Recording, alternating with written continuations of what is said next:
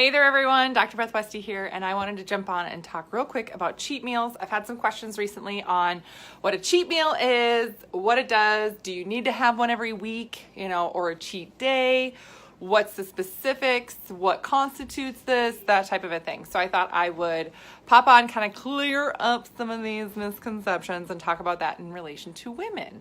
Now, one of the first questions I get when I talk to women about the programs that I have or how I work with women in the 12-week program that I have, they often ask right away, okay, where's my cheat meal? Like they're looking for it. Where's my cheat meal? Where can I go off track? Where can I sneak in my things that I love to eat? And I honestly don't have a cheat meal built into the program I have. The reason is I don't think they need to be built in. I believe in moderation on a daily, weekly basis in your regular everyday life. If you notice that, I really overindulge on a regular basis, then maybe it's good to drop down in your, cheat meal or kind of how often you indulge. But if you will, if you're say one week you have, an event with somebody, the next week there's a holiday party, it sort of just gets built into your regimen, right? You don't have to go looking for a cheat meal.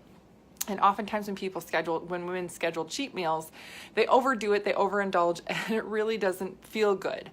But the overall premise of why a cheat meal would work for someone is that you're going to restrict 6 days a week. So that's restricting, and it can be a nutrient group. Now, sometimes this is carbs or fats or something like that. Sometimes it's calories.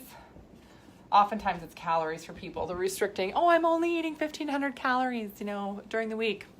Now, why this works, though, is when you have I'm just going to call it a cheat meal, right? Is because it's really a refeed meal. Now, what this does is it keeps your metabolism from shutting down. So to go off track, to go off of a plan is actually something that is beneficial. For women, I recommend, especially during days 15 through 28 of your cycle, you are actually increasing calorie. And I'm going to talk about this more in my webinar, so I'll put info below this video so you can log in and check out the webinar that I'm doing tomorrow morning at 10 a.m. Central, talking about specific needs for your hormones and body, different phases of the month, because it is different. And if you don't take those differences into account, it will slow your metabolism down and it'll be tougher to work out and recover and all these other things. But getting that cheat meal in, refeeding, it boosts the calorie amount. All of a sudden your body has to burn through so much more calorie. So you're revving your metabolism and then you're dropping the amount out while your body's still trying to burn more. That's where, the premise, the theory behind having a cheat day or a cheat meal in there tries to work. Now here's where people really just miss the mark big time. They consume way too much. They're eating like 3 times the amount of calorie. They're eating really heavy foods, like super high fatty foods, fried foods, stuff like that, like stuff that's not healthy. They're eating foods that are super high in sugar, consuming a lot of alcohol, something like that. So for example, 6 days a week, you're eating, chicken and broccoli and rice every day, egg whites every day. Like that's all you're eating. And then all of a sudden, for an entire day, you eat 6 pizzas. I know someone who has literally done that, 6 pizzas in one day, in one sitting, almost like just sitting around for hours, eating, and drinking tons of beer and all that stuff. And then having crap tons of ice cream. Now imagine what that is doing to your digestive system. Like, okay, one, that's going to mess up your digestive system for a couple of days after, right? So you're not going to be starting the week out great. If you can go anywhere, we'll say, if you can leave your house after that, right? But it's just like a big food bomb in your gut. Ugh. And that messes up how well your body can really process food and nutrient, and you have to recover. So that's kind of a bummer, really.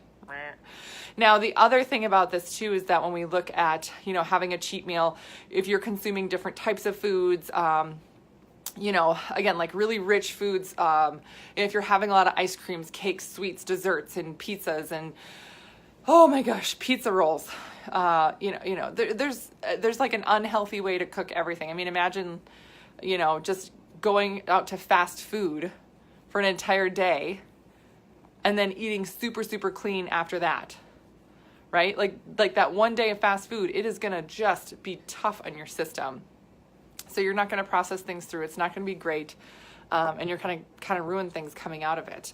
Now, the premise behind it is revving the metabolism, but that's a really risky way to go about it.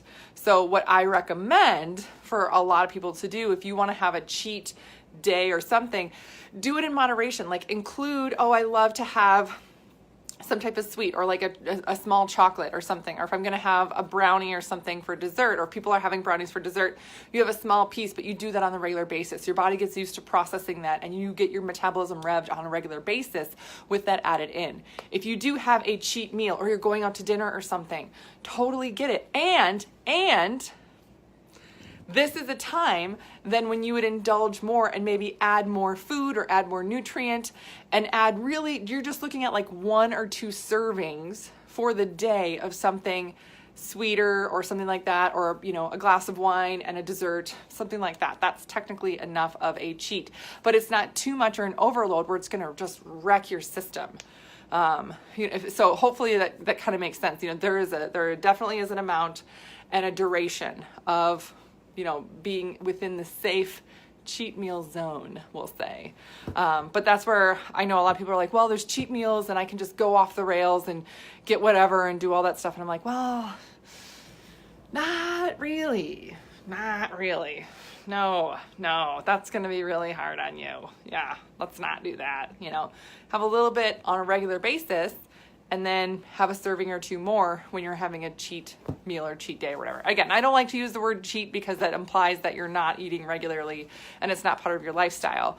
But that's the terminology most people are familiar with. But really it's just a design to, hey, you're going to get more calorie in to refeed, to fuel that metabolism more, so that when you are then doing, and I don't recommend a restriction really of a big point here.